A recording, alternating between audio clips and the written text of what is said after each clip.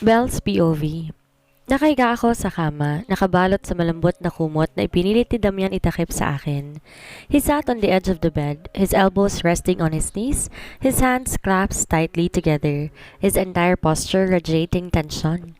Tahimik lang siya but the storm in his eyes was impossible to miss. Alam ko gigil na gigil siyang harapin si Violeta, pero pinili niyang manatili sa tabi ko. Damian, I called softly. He did not respond immediately. Instead, he exhaled sharply before running a hand down his face. You need to rest, Belle? Alam kong iniwasan niya lang gusto kong pag-usapan pero hindi ako papayag na hayaan siyang magpakain sa galit. I reached out and touched his arm. Damian, look at me. His muscles tensed under my touch but he obeyed.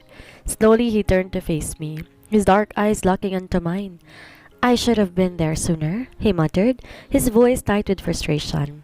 I should have. I placed my hand over his, stopping him. You were there, Damian. You saved me. He shook his head, clearly unconvinced. That's not the point, Belle. Someone dared to hurt you in my house. Ramdam ko ang bigat ng bawat salita niya. Damian was a man who controlled everything around him, and the fact that something slipped past his watchful eye, that I slipped past his protection, was unacceptable to him. Are you cold? He suddenly asked, his hand instinctively reaching out to adjust the blanket around me. I sighed, knowing that he was trying to distract himself. A little, I admitted. He nodded before standing up. Without a word, he walked towards the closet and pulled out a thicker blanket.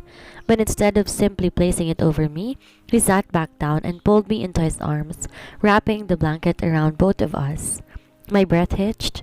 Damian? Shh, he whispered, pressing a soft kiss against my hair.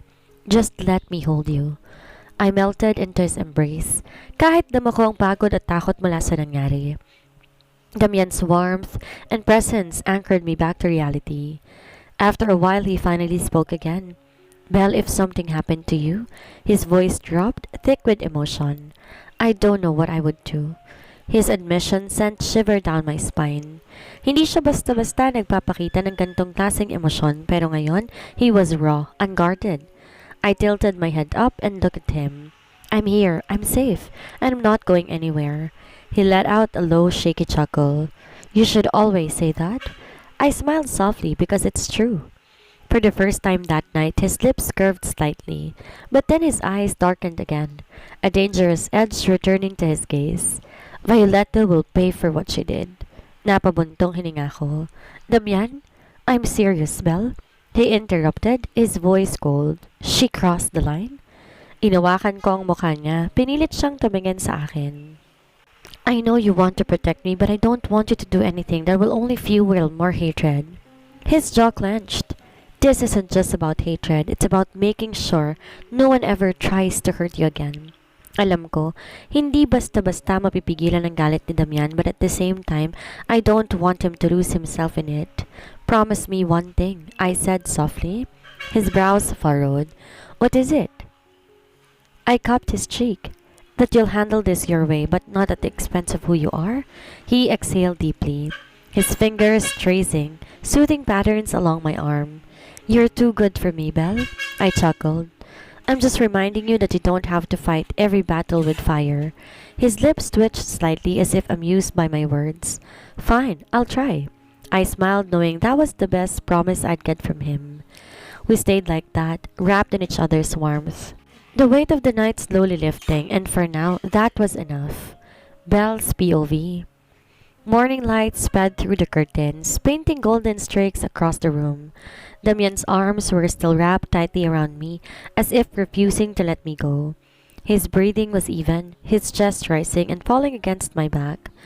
For a moment, I allowed myself to stay still, savoring the warmth of his embrace. After what happened last night, his presence felt like a protective cocoon, shielding me from the cruel world outside. Pero hindi ako mananatili lang dito. I needed to get up. I needed to breathe. Dahan-dahan akong kumawala mula sa pagkakayakap niya, careful not to wake him. Nang makatayo ako, diretso ako sa bintana, tinanaw ang malawak na hardin ng mansyon. Everything looked peaceful, yet inside me, a storm still raged. Violetta's words echoed in my mind. You don't belong here. You're just hopping from one Villarreal to another. Damian deserves someone better. Napalunok ako, my fingers curling against the windowsill. I thought I was stronger than this. I thought I had already proven myself. Pero ba't parang ang dali pa ring wasakin ang tiwala ko sa sarili? Belle? I was stiffened by the sound of Damian's groggy voice. A few seconds later, ramdam ko ang init ng katawan niya sa likuran ko. His arms wrapped around my waist again, pulling me flush against him. "You're thinking too much," he murmured, pressing a kiss to my bare shoulder. "I can hear the gears turning in your head." I let out a soft laugh, though it lacked conviction. I just I just cannot stop replaying everything. His grip on me tightened. "You don't have to. I'll handle it." I turned in his embrace and faced him. His dark eyes, still heavy with sleep, held a quiet storm. Damian was never one to show his emotions so freely, but right now I could see the silent fury beneath his composed exterior. "You really promise me you won't let this consume you," I reminded him, placing a hand on his chest. "I don't want you fighting my battles, Damian." His jaw clenched. "You are my wife, Belle. What's mine, I protect. No exceptions." I sighed. "And what if I want to fight too?" His lips twitched slightly as if amused. "Then we'll fight together?" I stared at him, trying to decipher his thoughts. Damian was powerful, intelligent, and cunning. He never lost a battle, whether in business or in life, and now I realized he was willing to wage a war for me. And I wasn't sure how I felt about that. Before I could respond, there was a sudden knock on the door. "Sir Damian, Ma'am Belle," one of the house staff called. "Madame Darlene is asking if you'll be joining breakfast with the guests." Damian exhaled, clearly irritated. "Tell her we'll be down in 15 minutes. "Yes, sir." I looked up at him. "We should probably get ready." His arms tightened around me. "Or we could stay here and pretend we didn't hear that." I laughed softly. "As tempting as that is, I don't think your mother will let us off the hook that easily." He groaned but finally let me go. "Fine, but after breakfast we're leaving, just the two of us." I raised an eyebrow. "Leaving where?" A smirk played on his lips. "You'll see." The tension at the breakfast table was suffocating. Most of Damian's relatives were polite, offering pleasant small talk, but I could feel the underlying judgment in their stares. And then there was Violetta. She sat across from me, her lips curved into a smug smile as if she hadn't just tried to drown me last night.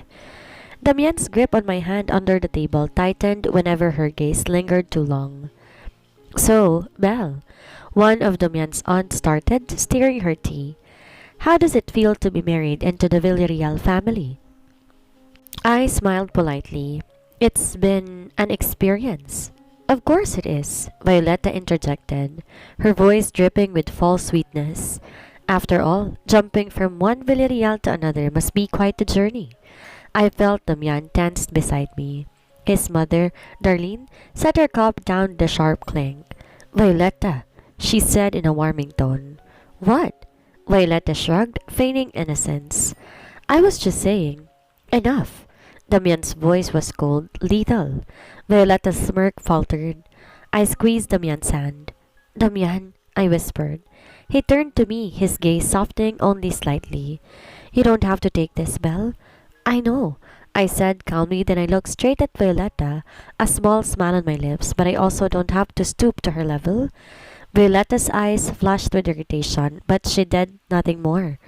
Darlene, who had been watching everything, finally spoke. "Belle is my son's wife. She's part of this family and she will be treated as such. If anyone has a problem with that, you're always welcome to leave." It was a challenge and no one dared to respond. Damian squeezed my hand, pride evident in his gaze. I smiled back. This was far from over, but at least for now, I knew one thing for sure. I belonged here. Belle's POV. After breakfast, Damian kept his promise. We left the Villarreal estate, escaping the suffocating atmosphere of silent judgments and unspoken words. He drove in silence, his grip on the steering wheel tight. His jaw clenched, his mind obviously replaying everything that had happened earlier. Alam kong hindi pa rin niya natatanggap ang mga pang-iinsulto ni Violetta. I reached out and placed my hand over his, my fingers gently brushing against his knuckles. "Damian, relax." He let out a slow breath. "I hate them." I let out a small chuckle. No, you don't. You're just mad. I am not mad, he countered. I am furious. Napatingin ako sa kanya, watching the storm brewing in his eyes. He was a man who always had control over every situation, but when it came to me, he was different, reckless, possessive, and ready to burn the world out if it meant keeping me safe. You don't have to fight everyone for me, Damian, I said softly. He scoffed. You are my wife. They should respect you. I sighed. Respect is not demanded, Damian. It is earned. He finally glanced at me, his expression unreadable. Then, without another word, he pulled the car to the side of the road. I frowned. Why are we stopping? Instead of answering, he unbuckled his seatbelt and turned to me. His intense gaze looked into mine, sending shivers down my spine. Then tell me, he murmured. What do I have to do for them to see that you're the most precious thing in my life? My breath hitched. Damian? His fingers trailed up my arm, sending a wave of heat through my skin. I need them to understand, Belle. I need them to know that no one can take you away from me. My heart pounded against my chest. He wasn't just upset about what happened earlier. These ran deeper. They cannot take me away, I reassured him. You don't have to prove anything to them. What matters is us. His eyes softened for a moment, but the fire in them remained. Then let me take you somewhere. Just us. I hesitated. Where? A small smirk tugged at his lips. It's a surprise. After another hour of driving, we finally arrived at a private villa by the sea. My lips parted in awe as I took in the breathtaking view. The property was secluded, surrounded by towering palm trees and the sound of waves crashing against the shore. The modern glass house stood elegantly, blending beautifully with nature. This is beautiful, I whispered. Damian stepped behind me, wrapping his arms around my waist. It's ours. I turned to him in shock. What? I bought it a long time ago, he admitted. I was saving it for the right moment. I stared at him. And you decided that moment is now? Yes. His eyes held so much emotion that I made my chest tighten. I need you to know that you are my home, Belle. Not them, not my family, you. A lump formed in my throat. Damian had always been intense, but this was different. It was raw. I lifted my hands to cup his face, my thumbs brushing against his cheekbones. You don't have to fight so hard, Damian. You already have me. His lips curved into a small smile, his forehead resting against mine. Say it again, I chuckled. Say what? That you're mine. A blush crept up my cheeks. I am yours? He kissed me then, slow and deep, as if sealing a promise between us. Napangiti ako habang nakatayo sa balcony ng villa, pinagmamasdan ng malawak na dagat sa harap ko. The salty breeze kissed my chin, the sun painting the sky with soft shade of orange and pink. It was breathtaking, but nothing compared to the man standing behind me. Ramdam ko ang mga braso ni Damian na bumalot sa bewang ko. His chin rested on my shoulder as he pulled me closer against his chest. His warmth, his scent, everything about him was intoxicating. Are you happy? He murmured against my ear, his deep voice sending shivers down my spine. I turned my head slightly to look at him. His dark eyes held an intensity that made my knees weak. Yes, this place is beautiful, Damian, he smirked. I wasn't talking about the villa. My heart skipped a beat. Then what? You. Napakirap ako. Damian had always been the kind of man who chose his words carefully, never saying just things to please someone, kaya naman, tuwing binibigyan niya ako ng matatamis na salita, alam kong totoo yon, walang halong palabok. How can I not be happy when I have you? I whispered. His expression darkened with emotion. Then stay with me here for a few days. No work, no stress, just us. Pero, no buts, Belle. He cut me off. You need this. We need this. I hesitated. Damian was right. After everything that happened with his family, with Violetta, with Adrian, I needed a break, a breather, a moment where I could just be Belle, not the woman constantly fighting for her place in Damian's life. Okay, I finally said. A triumphant smile crossed his lips before he leaned in, pressing a soft kiss against my forehead. Good girl. The rest of the afternoon was spent exploring the villa. Damian had planned everything down to the smallest details. The kitchen was fully stocked, the bedroom was luxurious with floor-to-ceiling windows that showed a perfect view of the ocean, and there was even a private pool at the back. Of course, you would choose a place with a pool, I teased. It's not my fault you look stunning when you're drenched. Namula ako sa sinabi niya. You are insufferable, Damian Villarreal. And yet, you love me. Napailing ako but I couldn't deny his words. Mahal ko siya, sobra. Later that evening, we decided to have dinner by the shore. A candlelit setup was waiting for us, complete with a bottle of wine and fresh seafood. The sound of the waves and the twinkling stars above made everything feel surreal. As we ate, Damian reached for my hands across the table, tracing small circles on my palm. Tell me something, Belle. I arc a brow. What do you want to know? What do you see when you look at me? Napahinto ako. His gaze was unreadable, but I could see the vulnerability hidden beneath his usual confidence. I see a man who pretends he is untouchable, I said softly. Someone who carries too much weight on his shoulders, even when he doesn't have to. Someone who loves so deeply, it scares him. Damian's grip on my hand tightened. And does that man deserve you? I smiled. He already has me. A flicker of something dark and possessive passed through his eyes before he stood up and walked over to me. He pulled me to my feet, wrapping his arms around my waist. I want to kiss you, he murmured, his lips hovering inches from mine. But I'm afraid I won't be able to stop. A shiver ran down my spine. Then don't. He groaned before closing the distance between us, capturing my lips in a kiss so deep, so consuming that I felt my knees go weak. His arms tightened around me, pressing me against him as if I never wanted to let go. Belle's POV. Wala ko ibang naririnig kundi ang mga tunog ng hininga namin at ang malambot na alon na humahaplo sa dalampasigan. Ang mga labi ni Damian nakakabit pa rin sa mga labi ko at sa sandaling yon nakalimutan ko kung nasan kami at kung sino kami.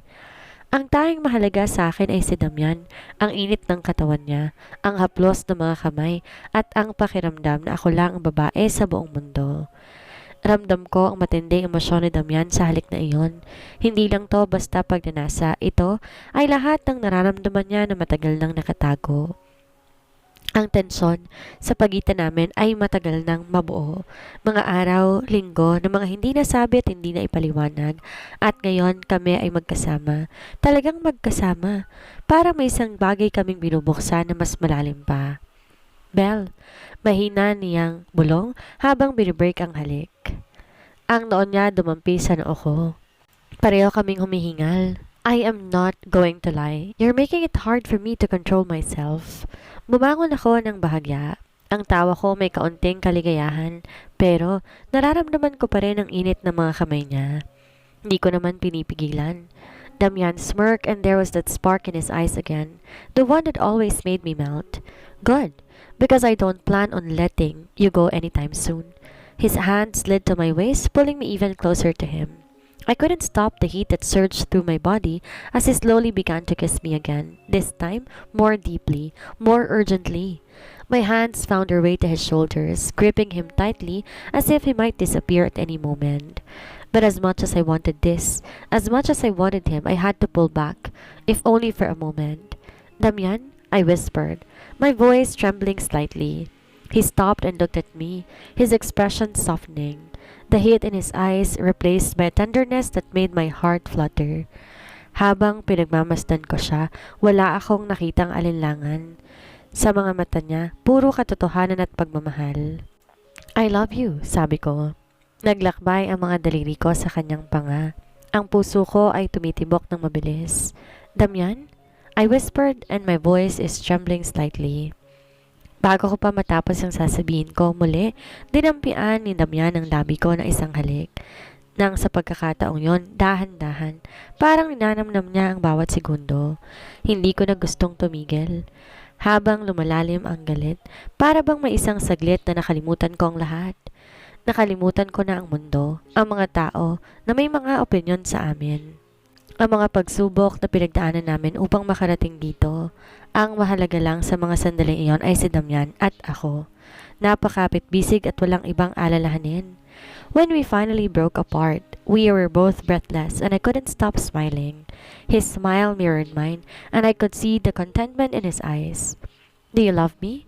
Tanong niya. Ang boses niya puno ng kabigatan. Parang may tinatagong emosyon na nagpapabigat sa tanong. Walang alinlangan na tumango ako. "I do. I've never been more sure of anything in my life." Tumaas ang ngiti ni Damian. At bigla niyang inangat ang katawan ko. Karga ako papunta sa villa. Ramdam kong lakas ng mga bisig niya, ang tibok ng puso niya na umaayon sa mga galak na nararamdaman ko, habang buo akong tinatanganan niya. "When are we going?" Tanong ko. Biro ko habang pinagmamasdan siya. "To our room." Ang boses niya ay mababa, puno ng init at lakas na nagbibigay ng kilig sa akin. Pagpasok namin sa kwarto, dahan-dahang inilapag ako ni Damian sa kama. Hindi siya humiwalay sa aking mga mata at ang mga kamay niya ay dahan-dahang nag-aabot sa buhok ko. Iniiwas ang ilang hibla mula sa aking mukha. "Belle?" Ang bulong niya. I swallowed hard, feeling the weight of his words settle in my chest. Damian ay... Shh! Mahina niyang bulong. Pinapatungan ang daliri sa mga labi ko. "No more words, just trust me." Muli, lumapit si Damian at hinalikan ako. Mas matindi, mas mapusok. Parang pinapakita niya kung gaano niya ako pinahahalagahan.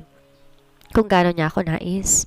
Ang mga kamay niya gumagalaw sa katawan ko at isang mahinang hingang lumabas sa bibig ko habang nararamdaman ko ang init ng mga palad niya na humahaplos sa katawan ko. Ipinaparamdam ni Damian sa bawat galaw niya na kami ay nag-iisa. Wala nang ibang makakapasok sa mundong ito kung hindi kami. Sa bawat hagod ng mga labi niya sa balat ko, sa bawat paghaplos ng mga kamay niya, parang lahat ng pagdududa, lahat ng takot at lahat ng pangarap ay parang naging totoo. Habang hinahaplos si Damian ang bawat kurba ng aking katawan, ang mga mata ko ay sarado. At iniisip ko na sa mga sandaling ito, lahat ng takot, lahat ng alinlangan ay nawala. Kasi sa mata ko, sa pagkakataong iyon, ang pinakamahalaga ay si Damian. Siya at ako.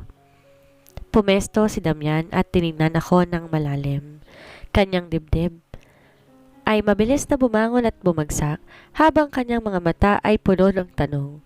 "Oh God, Belle, you're driving me crazy."